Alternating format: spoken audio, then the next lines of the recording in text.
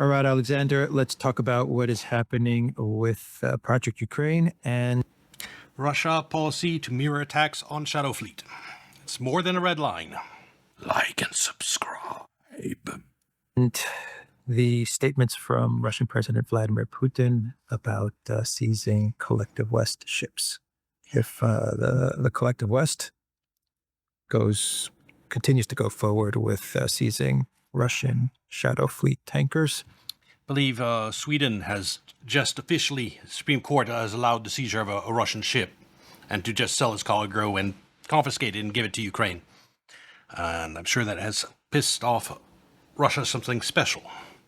which are just tankers that are not insured by Lloyd's of London. That's all they are. And if they continue to do this, then Russia will begin mirroring the Collective West actions. In other words, they will also start seizing Collective West tankers insured by Lloyd's of London, right? Tankers insured by Lloyd's of London are the Collective West tankers. Tankers not insured by Lloyd's of London are the Russian Shadow Fleet tankers, as they call it. An empty threat from Putin, a real warning, a real red line. What do you make of it? I don't think it's either a statement, a warning, or a red line. If you actually read the Kremlin's readout, if you read what Putin himself said, if you read what the commander of the Pacific Fleet, Admiral Lena, said when he spoke to Putin, there is now an operational order. In other words, the Russian Navy. So this is official policy. It's not something they're thinking about doing, proposing to doing, debating about doing. It's something they're doing. Has actually already been given the order to do this. So it is now Russian policy, Russian naval and military policy. And I understand that it's been basically relayed to all naval fleets. And Admiral Lena gave an account of how his forces in the Pacific have been preparing for all of this, how they've been tracking Western shipping since between April and August. They have It's not surprising. The EU has been playing around with harassing the Shadow Fleet for years now. And of course, they're going to be thinking about how to do reprisals. Complete idea of what ships from which countries have been traveling close to Russian territorial waters. And apparently they're ready. They're, if you like, they're loaded, they're locked and loaded to do this thing. So I think that it would be a mistake to see this as a warning now. I think we've gone past warnings. It's... Besides, EU has not heeded any of Russia's warnings over the last few years. They've crossed every red line, ignored every warning. So what's the point of giving them another warning? Been under discussion. It's been a topic under discussion, I think, in Russia for several months, because again, they've been tracking ships, Western commercial ships, apparently since April, and that suggests detailed preparation. There were a series of meetings in St. Petersburg in July, which Putin attended, and other top military leaders, people who were not just part of the Navy, also attended. And it was obvious to me then that something was being prepared, because the Kremlin was not providing complete readouts of all of the discussions. So I think we need to take this seriously, just as I think we need to take seriously the various other actions that the Russians have been taking elsewhere. I mean, we've had major escalations in Ukraine with the blockade of the Black Sea coast of Crimea, intensifying attacks on Kiev itself, all sorts of things starting to happen. The Russians are now in a pattern of major escalation, and this is directly targeting the West. It goes beyond, in other words. It might have something to do with the elections that are coming up in Russia, because people are demanding blood for all these attacks on civilians, and government is responding to that. It's targeting Western assets inside Ukraine. It's now starting to take measures, or threaten to take measures, or plan to take measures against Western shipping in the high seas all over the world. And for the Europeans specifically, this is a major problem, because their navies basically don't have the reach to intervene in the Pacific against the Russian Navy. Is this why the UK is freaking out? The time it is report? exactly. which claims that the UK Go watch the video on the abysmal state of the UK Navy. Oh, you can find on YouTube. Give you an idea. Military is trying to get in touch with Gerasimov and the Russian military, but no one's answering their calls because they fear an escalation. All of a sudden, the UK fears an escalation. That is exactly why they are freaking out. That is exactly why they're getting incredibly concerned, because they never thought this would happen. I don't know why they never thought this would happen, but they never thought it would happen, probably for the reasons that you've been saying in program after program after program, that the Russians, have been sitting back, letting things like this happen, protesting, all those kind of things. And the British, the French, the Swedes, it's those three countries basically that have been doing this. Most of the other European countries have not been doing this, but the British, the French, all of UK has tried to participate too. them have participated. Yeah, all of them is have true. provided assistance. Yeah. They've all been very busy providing assistance to the Ukrainians to conduct attacks in the Mediterranean, for example. If you know anything about the Mediterranean and the way it works, and the fact that the Mediterranean is a NATO lake, you would know that Ukrainian operations against Russian ships involved in the merchant trade with Russia cannot have happened without the participation of all of the NATO littoral states: Spain, France, Italy, Greece, Malta as well, by the way, no doubt about it, it's all in my mind.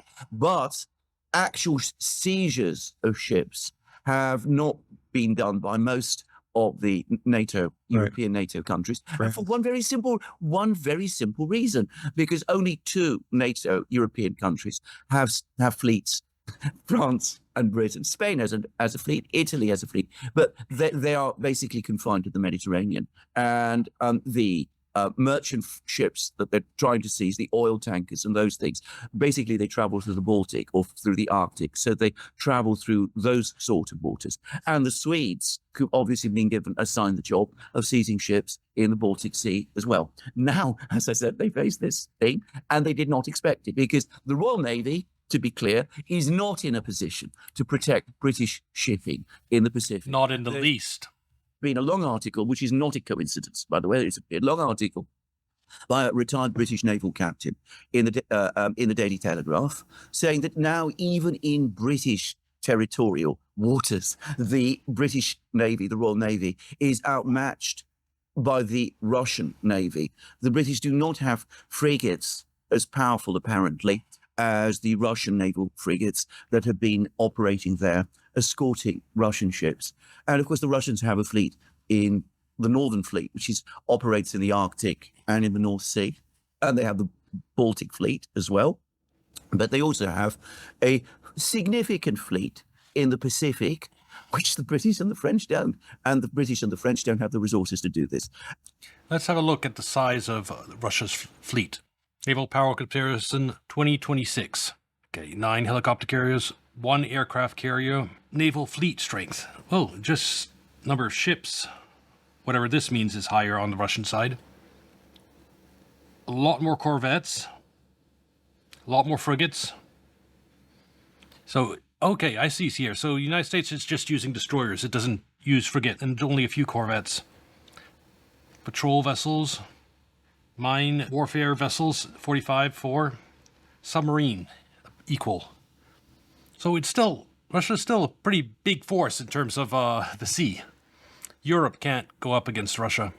And you mentioned Lloyd's. The people who will be absolutely freaking out over this will be Lloyd's, because, of course, if ships start to be seized, which are insured by Lloyd's is going to be under enormous pressure. They will plead force majeure, inevitably, and probably rightly so. They will say these ships, are not covered by insurance policies, because this goes beyond force majeure and basically invalidates. It's an act of war, and war is usually force majeure. But what's the purpose of Lloyd's insurance if it doesn't cover stuff like this? Legal obligations and acts of war are well known to trigger force majeure. But of course, if this happens, then people will start to say around the world, well, what is the point of insuring with Lloyd's, which, by the way, is quite an expensive place to insure ships with. There are other cheaper alternatives around the world. I mean, Lloyd's has offered a bespoke, very high quality service, but if ships start to get seized and that service is invalidated. As I said, what's the point of it? So altogether, this is why the British are freaking out. And this is why the British are now trying to get in touch with Gerasimov and the Russians. And as you absolutely rightly say, it's why the Russians are refusing to respond.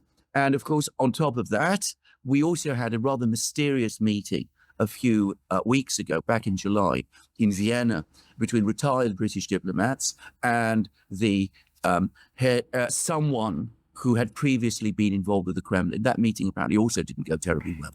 And I wonder whether the Russians have been giving private warnings to the Europeans that this is coming, and that the British, the French, all of the others are freaking out. We know more about the British.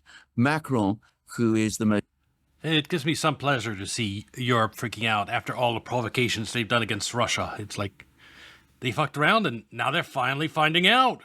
headstrong of all the European leaders. We don't know what he's been up to, but the British certainly are very, very alarmed about this. Yeah, well, tough luck, Lloyd. Zelensky curse. Anyway, the Russians also have subs. Yeah. Lots of subs. They've got the Oh, submarines. the Russians have the most powerful submarine force in the world, apart from that of the United Yeah, States. The United States has by far the biggest, most powerful nuclear submarine force in the world. But the Russians are second, in terms of numbers of submarines, a distant second, but nonetheless, a second. And by some accounts, their submarines, their most modern submarines, are the best. They're even more advanced than the American ones, because the American ones, basically, they were designed in the Cold War, whereas the Russian ones are newer. So, I'm not saying that the Americans technologically can't produce better submarines than the Russians or anything like that. I'm not getting into those things. But at the moment, at this particular time, the Russians have a very, very formidable submarine fleet indeed, and one which even... Yep, we saw this image. Maybe U.S. has bigger submarines, but the number of submarines is the same as Russia. Even the Americans can't disregard. Now, that is perhaps the big question mark. What do the Americans do in this situation? But anyway, what do they do? over to you. That was my What question. do they do? Because without the What- United States, what- the Europeans are screwed. And and the minute the first ship gets seized or touched or whatever, the Europeans are going to start whining and crying Yes. to the United States. That's exactly what they're going to do. And Macron is going to call up Trump, and he's going to try to sweet talk Trump and flatter Trump and whine to Trump and cry to Trump about the baddie Russians. Yes, exactly. And that is exactly And the where it's heading. neocons are going to put pressure on Trump. Absolutely. Yes. I mean, this That's why this whole situation is dangerous in terms of escalation. is, I think it's worth making this point again. The Europeans talk a very big and aggressive game when it comes to the Russians, but without the Americans, they are nowhere. And that's the simple thing. So They are obnoxious chihuahuas. this is true with deployments of European peacekeepers to Ukraine. That can only be viable if there is what Keir Starmer used to call an American backstop. It's true with the drone wars as well. The Europeans helping the Ukrainians mass-produce drones. But again, without the Americans, those drones can't be used because targeting and data comes from American satellites and American proprietary technologies. It's true about missile strikes inside Russia because, again, even European missiles like the Storm Shadow and the Taurus rely on American technologies. And of course, when it comes to ships and fleets, the Europeans have a presence in their own waters. But the only country in the world which has an oceanic navy that has a presence in all parts of the world is the United States. Every one of Although it's getting stretched thin these days, especially with the war in Iran. these things that the Europeans do can only work if the Americans are there backing them. And one of the reasons why the Europeans persist in doing these things is that the Americans themselves never come along, draw red lines, say, you can do this, but you can't do that. And the Europeans always hope that by being as aggressive as they are, they will be able to suck the Americans in. Now, the big question is, will the Americans get sucked in? I am going to say what I personally think. I think the Americans will not want to be sucked in. They have not seized Russian ships. They've avoided doing so, in fact. They have not participated in this harassment of the Russian Yeah, the United States has been busy harassing Venezuela and Cuba and attacking Iran. It has no desire to go after Russia. Shadow Fleet. They do not want more interference, I think, in the global oil trade. But beyond that, the American Navy itself is very overextended at the moment. They've got a major conflict in the Persian Gulf, which is unresolved. They are worried about the naval buildup by China.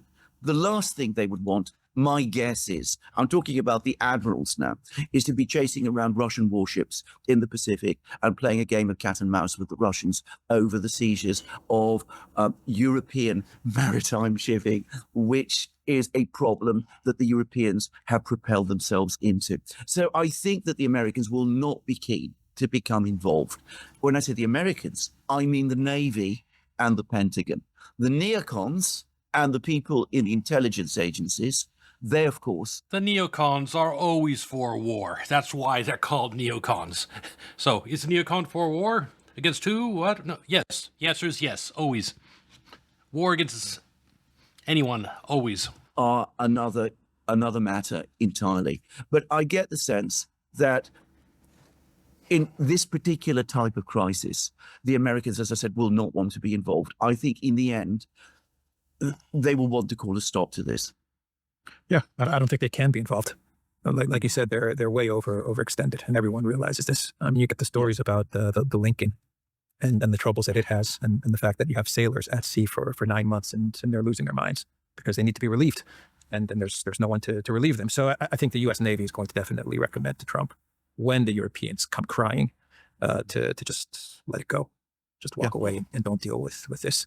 Which would mean what for the Europeans? Well, what if Putin doesn't go ahead with this? What if the Europeans, and I'm positive that NATO without the United States and the Europeans are going to absolutely test this red line. I'm going to call it a red line, Alexander. They've tested every other red line, but this isn't a red line because it's already official policy. I know it's policy or whatever. I'm going to call it a red line. Yeah. It's a policy now, so without a doubt, it's a documented red line, in my opinion. It's Russian policy. But what if the Europeans say, you know what, Putin's bluffing. Let's test this thing with these Russian ship, a Russian shadow tanker. Because just because it's a Russian shadow fleet, it doesn't mean it's a Russian ship. The shadow fleet, let's seize it. Yes, I think the Russians will seize they will do mirroring. They will seize a Western ship.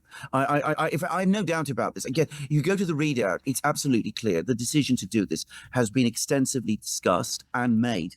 The Navy, the Russian Navy, apparently have been advocating this. Because also the fact they won't return calls about this is also proof that it's not a warning. If it was a warning, they'd be returning the calls. It plays well for them, and I'll tell you why. Because the Russian Navy has historically been something of a Cinderella force. Russia is a country where the ground forces, the air force, the missile forces, all of those forces have generally been given priority in the Russian defense budget. Now the Navy can say, look, we got this very important role. We're there to protect merchant shipping. We need a balanced fleet. We need to be able to send ships all over the world. In fact, I'm not guessing here, because during the discussions in July, that's what they were saying. So they want to do this. I think ship owners in Russia, and a lot of the ships which carry flags of convenience are owned by Russian ship owners. They will be demanding this. So will Russian insurers as well. And Russian insurers now cover many of these ships. Many of these ships, they provide insurance cover. Russia can't let Europe just take any of its ships that it wants and confiscate them and use that money to fund Ukraine. No, one, it's humiliation. Two, if Russia can't do trade through the sea, that's going to tank the Russian economy. So Russia has to respond. I don't have any doubt that the Russians are going to do this. The readouts from the Kremlin left no ambiguity. At that point, there is a crisis. At that point, I think the Americans do intervene. At that point, both ships, both the ship the West has seized and the ship the Russians have seized is released. The Russian cargoes are returned to the Russians, because that was the single provocation in the 21st sanctions package, which, by the way, the Russian naval commanders are all citing the European Union giving authority to seize and confiscate cargoes and not return them to their rightful owners, either the Russians or their ultimate customers. So the cargoes will be returned. And I think at that point, the Europeans will be extremely angry and very humiliated, and we'll have the usual stories about Trump again being, in bed with Putin and all of that. But I think that is where this is heading, because I agree with you. The Europeans, maybe not the British so much, who are very nervous about this. And there is some reason to think that Andy Burnham, the new Prime Minister, doesn't want to get into a crisis with the Russians. Also, Lloyd's of London is, of course, in London. And if there starts being massive SIP seizures on both sides, Lloyd's is going to be in trouble. But Macron and the Swedes, I think they're definitely going to try to test this, and we will see how they do it. Yeah, without a doubt, the French and the Swedes are going to test this. And the British deep state is going to test this. Yeah, maybe Burnham absolutely. does not want to, at this moment, Yes. does not want to get Yes. into a crisis, given that he's fairly new as Prime Minister, but the deep state is not going to let him off the hook. I know The the intelligence agencies, but I should say the Royal Navy, I think, will be very, very unhappy. The deep state, not the Royal Navy. Yes, Like the usual players. the usual players, They're going to want to point. Yeah, they're going to want to push this forward. Yeah. as you properly Yeah, call them. I mean, Burnham's going to have a hard time trying to change the course of Starmer and Boris Johnson and Sunak and all these guys. If he wants to, Absolutely. if he sincerely wants to change the course, he's going to have an extremely difficult time. Well, for the moment, he shows no sign of changing the Right. course. He's made there's a few little hints here and there, but they're only hints. Yeah, and no doubt, if we picked up on those little hints from Burnham, the deep states definitely picked up on those hints from Burnham. But anyway, the Russians have the ability to crush many European economies if they go after the shipping. I am thinking about Greece, Cyprus, Malta. I mean, if they really start to squeeze Lloyd's and the shipping in Europe, they're going to really damage a lot of EU economies, and that's going to put strain on Brussels and on the EU. And these EU economies are already reeling from high energy prices because of cutting themselves off from Russia and the Iran conflict. So they really don't need more economic pain. EU in general. And I'm also wondering if the massive drone strike into the Russian port of Novorossiysk was a NATO collective West U.S. message to Russia. Don't you dare go forward with this policy. If you do, we're going to continue to try and smash your fleets. It's a fascinating business. This attack on Novorossiysk is very, very interesting because we've been hearing reports now for several weeks, not just over the last week, with a call allegedly from Vance to Zelensky, but over several weeks, that the United States has been telling the Ukrainians to stop attacking Novorossiysk. This is where the Caspian Sea Petroleum Consortium terminal ends. It's through Novorossiysk that Kazakh oil has been exported to the West. All that oil from Kazakhstan is now being diverted through pipelines, either directly to China or via Russia to China, by the way. And anyway, there's been these stories. And a few days ago, there was reports that the Ukrainians had told the Americans that they would stop attacking tankers in Novorossiysk. And then immediately after that happens, we have this enormous drone strike from Novorossiysk with hundreds of drones being used. I mean, apparently it was massive. And Appears that Trump doesn't have much control over Zelensky and what Ukraine does. as we've discussed in program after program after program, without coordination from NATO, without assistance from the United States, attacks like this on Novorossiysk could not happen. So here's what I think this is. I think this is absolutely a game that is being played by NATO again. Stories spread out there about dissension between the Americans and the Ukrainians. I think this is intended partly to fool the American oil companies, Chevron, for example, who are losing money as a result of all of this.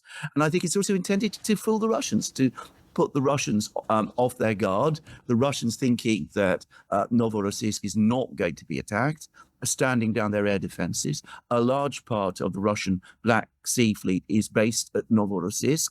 And so a major drone attack on Novorossiysk intended to do massive damage to both Russian economic assets, the oil terminals, because the oil terminals, to be clear, even if the Ukrainians are not attacking tankers, no tanker is going to go to Novorossiysk whilst it is the subject of these sorts of drone attacks. So to attack Russian economic assets, but also to do major damage to Russia's Black Sea Fleet.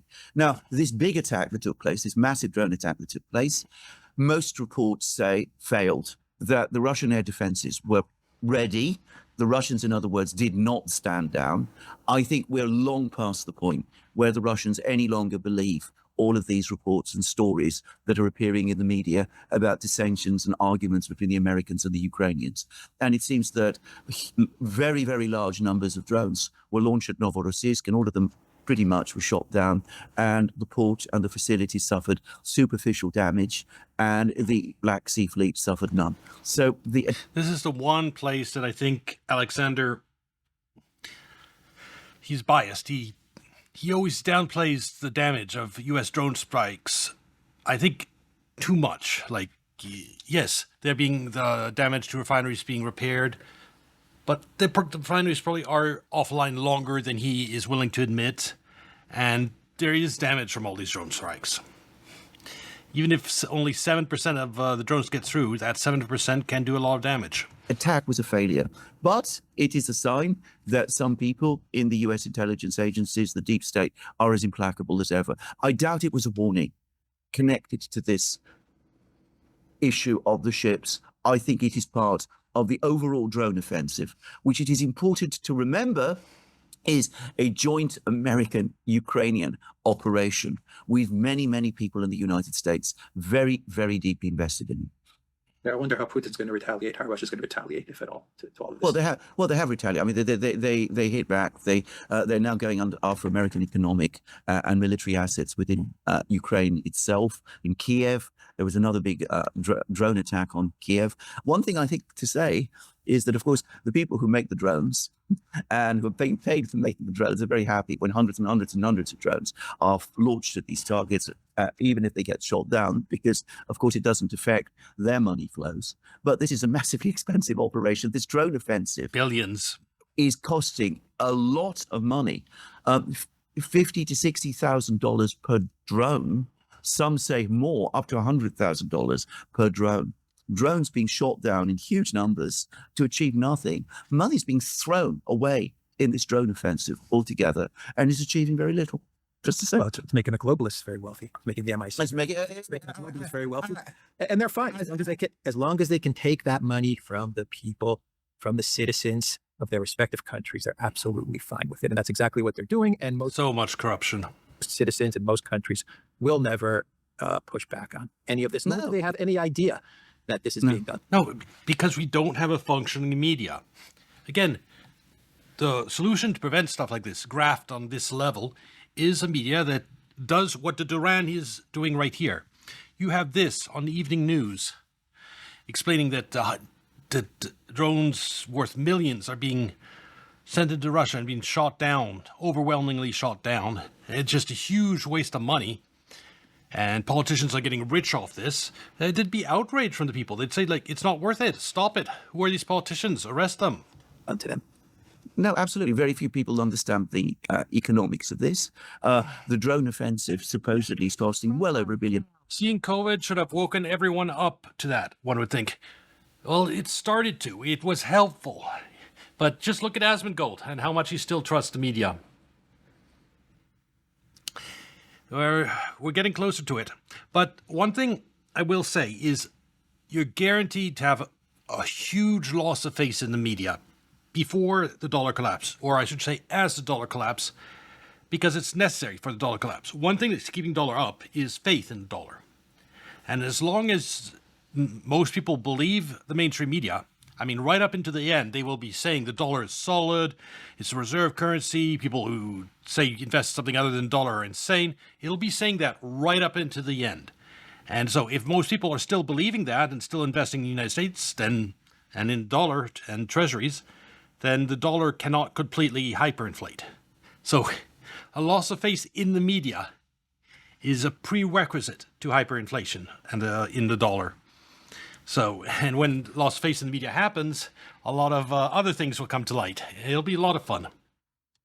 $1 a month. I think that is an underestimate, by the way, for all kinds of reasons, which I'm not going to go into.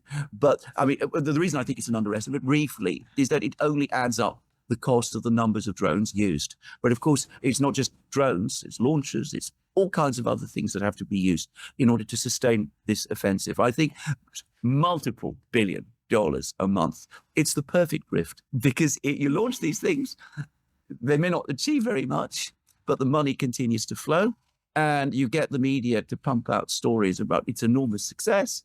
And the result is it gets sustained and continued, and it continues. The money continues to flow that way. The gravy train. I think in some ways it is the most efficient wealth transfer devised so far in the entire Ukraine war, and there's no reason to think it's ever going to stop. Just a sec.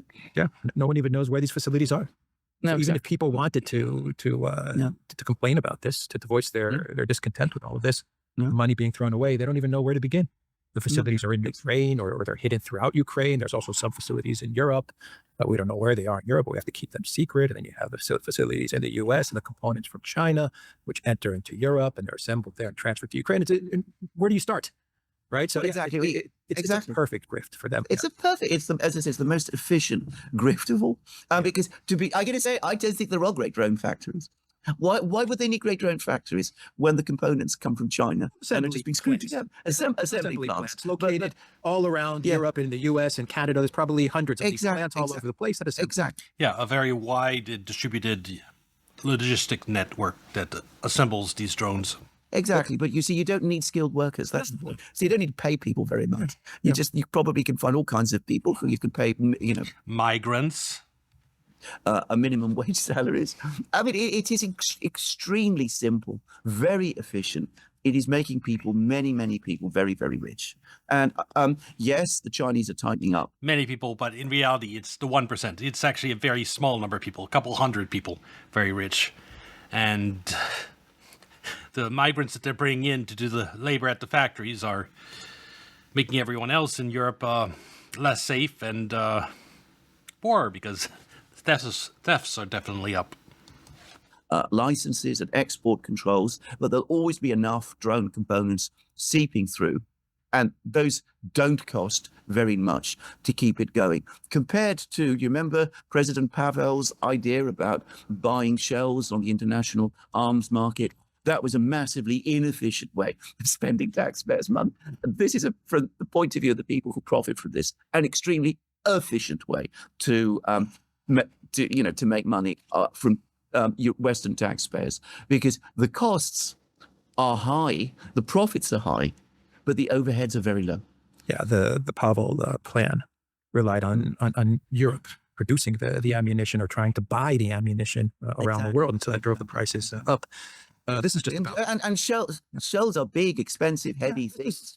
Drones are not cheap component parts from China. Let the Chinese do all the manufacturing. Exactly. Yeah, we just buy the parts. They're very cheap. And we ship them to Rotterdam or wherever, and then we assemble them.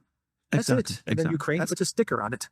The problem for Russia is that they continue to allow the transport of the weapons into Ukraine.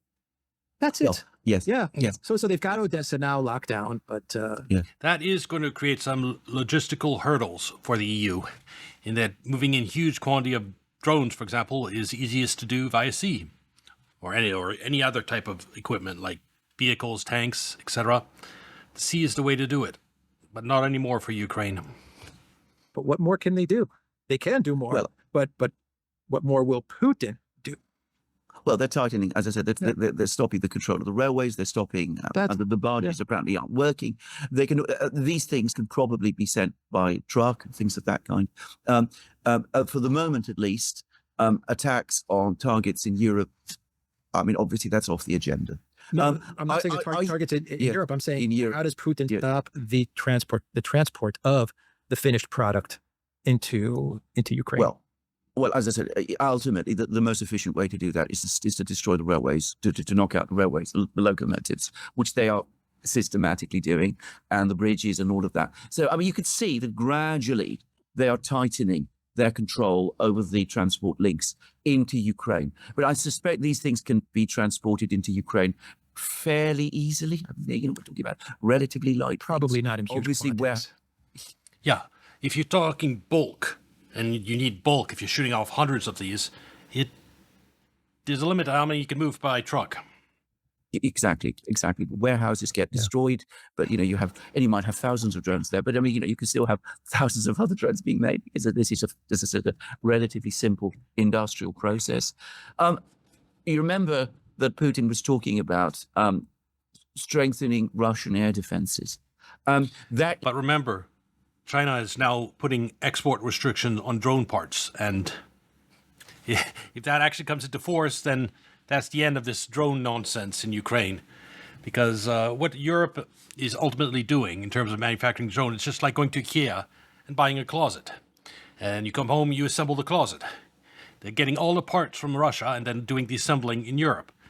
But if you can't buy the parts for the closet anymore, they can't assemble it. They can't make the parts themselves. So all this drone nonsense will come to an end if China is serious about these export restrictions on drone parts. Is clearly happening now. And it is obviously having an effect, as we see with this attack on Novorossiysk. And I don't think it costs very much either, because most of the drones, I mean, they're not shot down with missiles. They're shot down with cannons and heavy caliber machine guns. You only need truck-mounted machine guns is how they're shot down. We watched a video on that yesterday, and there's the military vehicles that do it, but the civilians have now started strapping machine guns to all types of pickup trucks, and there you now have thousands of machine gun-mounted pickup trucks across Russia just waiting to shoot down these drones. Relatively simple radars to track them. The Russians are getting more and more organized in defeating these drones. So in a kind of a way, this is a kind of simulated air war, which makes money for people in the West, makes money for some people in Russia too, because obviously, the companies that make the machine guns, they presumably make some money, but it doesn't change the course of the war. And the war itself, as we've discussed in many programs, the situation for Ukraine there is getting worse and worse. The situation is getting worse and worse for Ukraine. We are reaching the end of the Ukraine war. I think a year left. By the end of 2027, I think we'll be very close to the things being wrapped up. Not in Ukraine's favor, by the way, in Russia's favor. But there's so much that can go wrong before then. The craziest stuff happens when people get desperate, and when Ukraine gets desperate, when Europe, the EU globalists in Europe that are propping up Ukraine get desperate, what nonsense will they be up to? Who knows? Anyway, this will be on YouTube. Like and subscribe. Come watch on Kick or Twitch, and I'll see you next video. Bye.